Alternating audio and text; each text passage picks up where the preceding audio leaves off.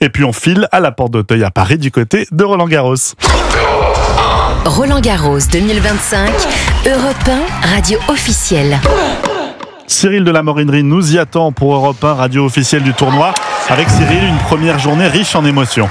Oui, très émouvante cette cérémonie à laquelle nous avons assisté tout à l'heure pour rendre hommage à Rafael Nadal. L'Espagnol, désormais à la retraite, a été ovationné sur le court central et d'un coup de balai, l'homme aux 22 grands chelems a retiré la terre battue. Il a découvert une plaque posée à côté du filet et sur cette plaque, il y a une empreinte de son pied, son nombre de titres à Roland-Garros, 14. Le Mallorquin, au bord des larmes, et a remercié la France dans la langue de Molière. Vous m'avez offert des émotions que je n'aurais jamais pu imaginer. Vous m'avez offert la possibilité de recevoir la torche olympique de la part de Zizou. Merci à tous. Merci.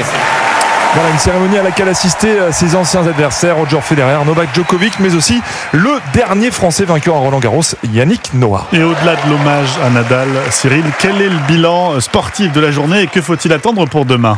Alors, bilan plutôt positif pour évidemment cette première journée à Roland-Garros et notamment pour Giovanni Mpetshi-Perricard qui sur le cours Suzanne Lenglen, après un combat un peu plus de 3 heures face au Belge Zizou Bergs s'est qualifié. L'Américain Tiafoe tout à l'heure, tête de série numéro 15, s'est qualifié lui aussi en 3 manches. Actuellement un très beau duel sur l'un des cours annexes. Valentin Royer a poussé le Colombien Galan au 5e set. On en est à 4 partout dans la 5e manche.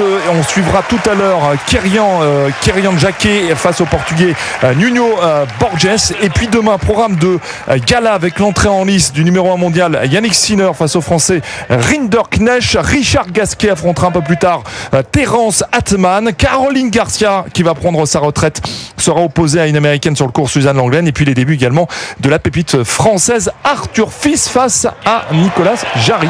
Cyril de la Morinerie en direct de Roland-Garros pour